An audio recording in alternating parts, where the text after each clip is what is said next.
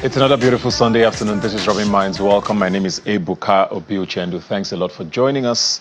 Very interesting week in the past week. Some positive news, some interesting news in the space of politics. We did hear from the IMF about Nigeria clearing its debts. It's brought up a lot of conversations about what that means. But I mean, the federal government will celebrate that, and we're hoping that that means good things going forward for Nigeria. The economy is struggling, like we all know, and any sort of positive news we can get from anywhere will be great. We also saw Mr. President visit Anambra State, and the state governor, Charles Chukwuma Soludo, did basically endorse Mr. President for the 2027 elections, which is still about 2 years away or less. And it's thrown up the conversation which everybody's been having for the last couple of weeks and months about all the defections that's happening and how the APC is slowly becoming, the only party with any sort of base in the country. And that's what we're going to be talking about as we start the conversation today. I'm joined by Demola Olariwaju. Thanks for being here today. Welcome back. Thank you. Happy New Year, even though it's been a while. What's happening? I think it's the president, being using the powers of his office to essentially try to play God, basically, over the polity. But it's unfortunate that even God doesn't operate that way. I mean, if you don't want to believe in God, God isn't going to force you to be on his side, But the president seems to want everyone to be in the APC, and I think that's a very big problem for him politically, which I hope that he recognizes, or for the sake of Nigerians, I hope that he doesn't recognize. But it's definitely a very big problem on his part. But it's really the president using the powers of the presidency within the system to try and bring all politicians into APC. But that has never worked. I don't think it's a working. So just to get you clear, because a lot of people are saying that Nigerian politicians will go wherever the food is at the moment. So the perception for a lot of people has been it's been voluntary by these people to want to go to where the bread is being buttered at the moment. But you were saying that this is a deliberate move by the president. How's that happening? I believe it's very deliberate because, look, you start from Rivers, for example. You look at the Fubara, you look at the Wike, you see the president. I mean, the very idea of the president having a Wike in his cabinet, where there are more qualified APC members, but because there's a political alliance between himself and Wike, he brings the man in, even though the man is from what is supposed to be an opposition party. So it's clearly the president. And then you look at a lot of these politicians who are defecting. It starts with an EFCC allegation, or an EFCC invitation or a probe, and then the next thing that happens is the politician is defecting to the APC.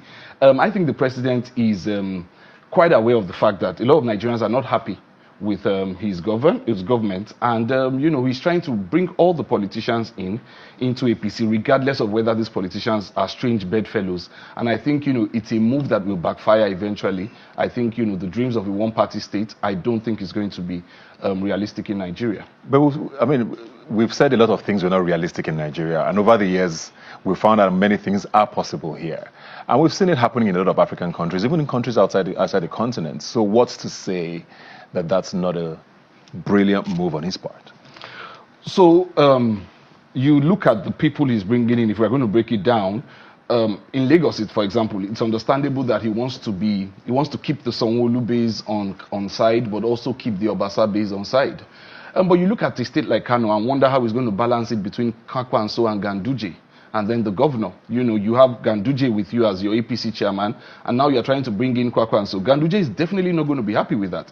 In Delta, you look at the fact that Okowa, the sitting governor, and all the others are now in the APC. But you look at those who have been APC members, the likes of the former DSP, Omo Agege, the likes of Festus Kiyamo, they are definitely not going to be happy with that. So I think what the president keeps on trying to do is to create this marriage of strange bedfellows. But they are called strange bedfellows for a reason. It's that they can't simply not operate together. You pick one, you lose the other. So I think, that's what's going on. I don't think it's a very smart move on his part, trying to bring everyone. At the end of the day, it's definitely going to backfire. Another thing I would like to, that I think, is responsible for the moves is that the president has started politicking quite early because, like I said, he looks at it and feels, well, I'm not delivering in terms of government. I might as well try to politic my way out of this. But he's also reacting to, talk within the polity of an opposition coalition. So, and basically the opposition has nothing else to do except politic.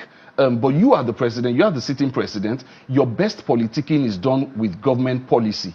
If the lives of the people are better, everyone will be singing second term for Bola Tinubu. But if the lives of the people are not better, then you resort to what he's trying to do, which is railroad all the politicians into APC and hope to have his way in 2027. I mean, a lot of people are singing second time for Bola Tinubu, whatever their reasons are. We don't know. Now, just to push back a bit, the Wike situation, is it really on the president or on Wike, and how things played out with the PDP at the last election season? You know, with regards to whether Atiku Abubakar won the ticket and whether they wanted a certain person to leave the chairmanship because they didn't want two Northerners as presidential candidates and the chairman of the party. Is that on the president if this guy had issues with the PDP and decided to walk and align where he wants to? Well, so isn't that also possible that a lot of that is also what's happening? Well, I think it speaks a lot about the personality of Nyesom Wike himself, which, you know, I mean, he's known to be who he is, you know.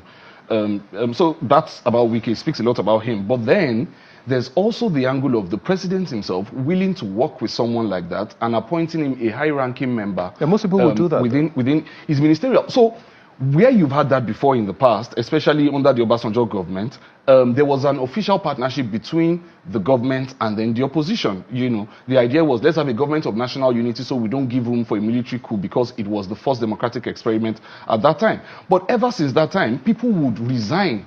You know, one of the people that just left from Kebbi, for example, he was in the AMPP at that time when he was appointed FCT minister, but then he resigned his membership of the AMPP and became a part of the PDP. So, but when you have someone like Wike, which again speaks definitely to the fact that the PDP is failing as an opposition party, and that's why many people are looking forward to the opposition coalition, that look, can we find a political party that will provide an opposition to the Bola Tinubu regime, because clearly PDP and so many other parties have been infiltrated and are failing, because you have Wike as a member of the PDP openly saying that he is going to campaign for a Bola Tinubu second term. That's clearly against the principles of opposition, but I think, you know, it also speaks to the character of the president, that even against his own party, I mean, APC members in Rivers State are clearly not happy with the fact that Nyesom Wike controls everything that comes from that state. You know, you had the likes of Tonye Cole, you had the likes of many APC members are clearly not happy, and they are definitely going to work or tend towards the opposition coalition, which is why I feel that, you know,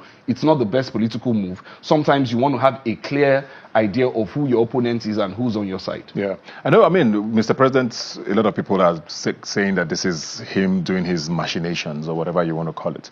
But when you talk to a lot of members of the APC, they tend to bring up President Obasanjo a lot.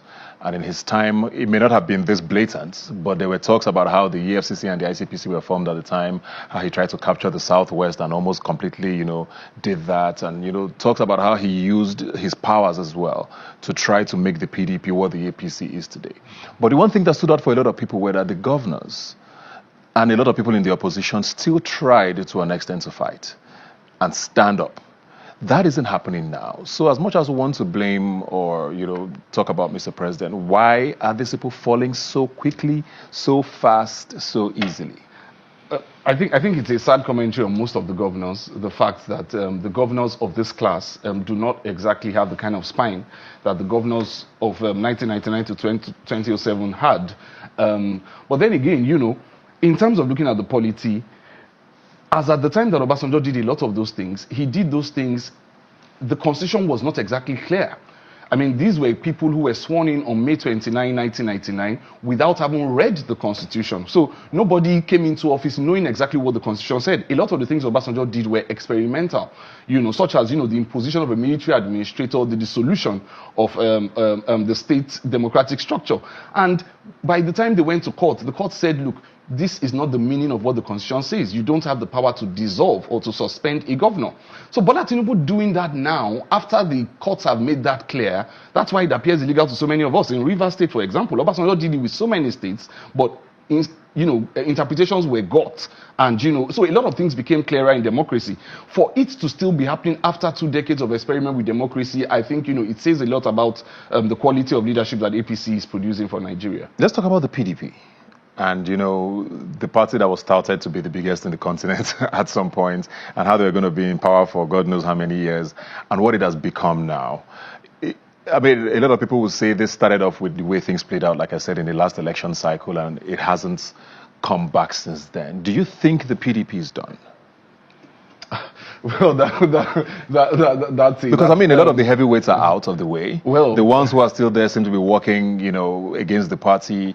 A lot of the leaders, we see tweets once in a while, but the pushback isn't what it's not, people expect. It's clearly not what it is. And I think, first of all, it's the fact that to have an opposition party, you need a certain kind of desperation. You need a certain kind of hunger. You need a certain kind of being in tune with the feelings of the people. Okay, and then politically, of course, yes, you need that kind of anger against the status quo, against the establishment. An opposition party is usually more purpose-built.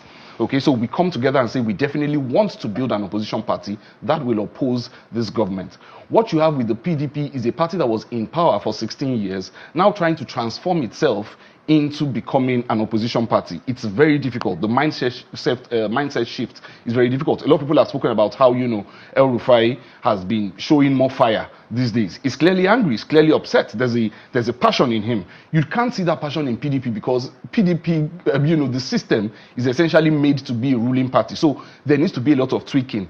I think, as to whether PDP is done, I think there's still a lot there to fight for. I think that, the leadership of the party has to resolve the internal contradiction. You cannot have a Nyesom Wike serving as minister and still claiming to be a member of the PDP. You cannot have PDP governors openly coming out to say that they are going to work for the opposition. So PDP needs to resolve. Why can't they suspend him? Exactly. That's the question. I mean, that is where party discipline should come in. Let's even forget what happened in 2023.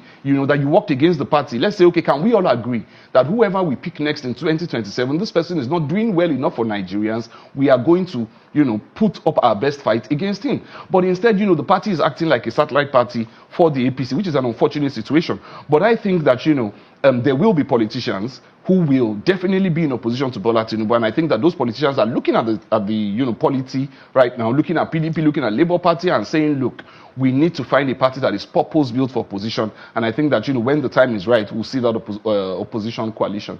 Who's the leader of the PDP now? Do you think? Does the PDP have a leader? So, well, I mean, there are different groups. There's a lot of PDP members who believe that they want to be in opposition to the President Bola Ahmed Tinubu. Those are, you could say, those are led by Atiku Abubakar, who I think, is doing quite well as an opposition leader within that space. And then there are PDP members who want to be aligned clearly with the government of the day, which is Nyesom Wike. So in a way, you could say that the real PDP that should be the opposition is led by Atiku Abubakar. But then there's also a PDP that wants to be, a lucky party, so to speak, or a satellite party for the APC. And that's led by Nyesom Wike. Yeah. The other main opposition would be the Labour Party in this case as well. But even they have their own, the drama that's going on there with the leadership. There's a faction, there's a leader today, tomorrow we're hearing he's in court, he's out. It's very confusing. What's also happening there, these were the two major parties that gave the APC a fight, at least in the last election. Well, combined, I mean, look, a lot of us looked at the numbers in the last election and felt that Bola Ahmed Tinubu managed only 36.6% of the votes, which is clearly a minority. It's not an absolute majority. Of course, it was the largest single vote share, but it's a minority. More people wanted the APC out than those who wanted the APC in. His Excellency Atiku Abubakar had 6.98 million votes. His Excellency Peter Obi had 6.1 million votes. That's clearly more than what Bola Tinubu had. And so most people look at it and say, look, why don't you guys combine forces against the next election? And a lot of us would like to see that happen. We'd like to see that coalition happen. I believe that, there are talks going on. And I think that if that happens, Nigeria will definitely see a semblance of clear opposition. The Labour Party is clearly in trouble. The PDP is clearly in trouble. There has to be a vehicle that has to be found. But for now, because of the way the last election played out, I think for me, even those party platforms may not be exactly what Nigerians should focus on. I think we should prefer to focus on individuals and know that, look, even if two people will abandon opposition, then we should expect that one of them definitely is Atiku Abubakar and the other is definitely Peter Obi, that these guys would always be in opposition. So wherever they say the opposition should coalesce, I think that's where we would be eventually. What does this vehicle look like, though? Because do they coalesce into one of these two, or is a new movement supposed to be formed? Because like you mentioned, Malam Nasir El-Rufai as well seems to be leading one other part of things. He's left the APC. He hasn't joined any of the two. There's a number of politicians as well who are mumbling and grumbling and talking about this coalition. Are they coming into an already established party? Are the brands already tainted? Do we get a brand new one again? And how much time do they have? Because like we know, elections are at least 2-3 years in Nigeria. Yes. You have to start the groundwork, and we're about less than 2 years away from the way things look now. I think you know, one of the things that his supporters say is that, you know, Bola Tinubu is a master strategist or is a master tactician, but we never see that, you know, in terms of actual governance. But in terms of politics, I think the politicians also understand who they are dealing with, that this is a man who wants power for power's sake, and, you know, they have to be smart about it. So I think a lot of things are being kept flexible for now, in terms of what the final destination will be. And because, you know, they are not sure exactly where it's going to come from, that's why you see the president trying to poach as many members as possible, as many people from the opposition.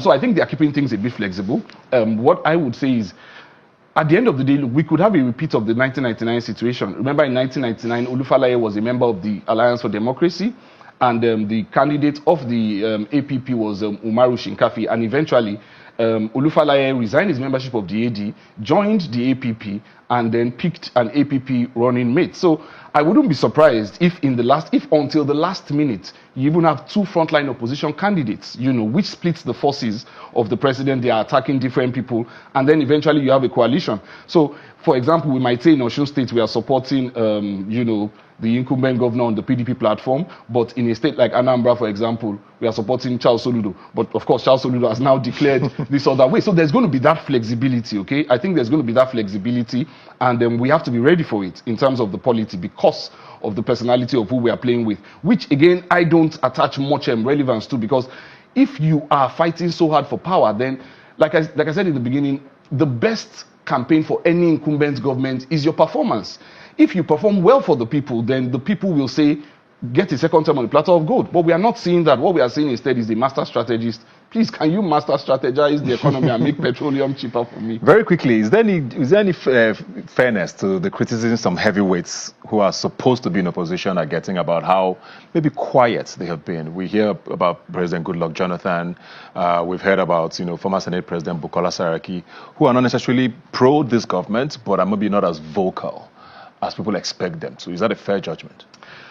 Well, I don't think it's a fair judgment, to be honest. I think there's a quote that comes to mind by George Bernard Shaw, where he said, lamenting the times without doing anything about them is a cheap show of wisdom. These are your times, and fighting the battles, righting the wrongs are a part of your battles. I think people need to step up for themselves. Let's not wait for, oh, Goodluck Jonathan hasn't spoken, this person hasn't spoken. Nigerians need to speak more about their anger and speak more. They might not be in the position of those people, or we might expect them to speak. But, you know, for whatever reason, I mean, it's politics. There's no, I mean, you have been there, you're leaving. It's okay if you don't want to comment, if you don't want to engage with the system. But we should focus instead on what, you know, the likes of Atiku Abubakar, the likes of Peter Obi are doing in terms of opposition, which I think, you know, they are doing quite well. Well, one thing is for sure, the next year plus is going to be very interesting, and we'll see how things play out. Thank you very much, Demola, for being here today, Thank you, giving us some clarity. Pleasure is mine.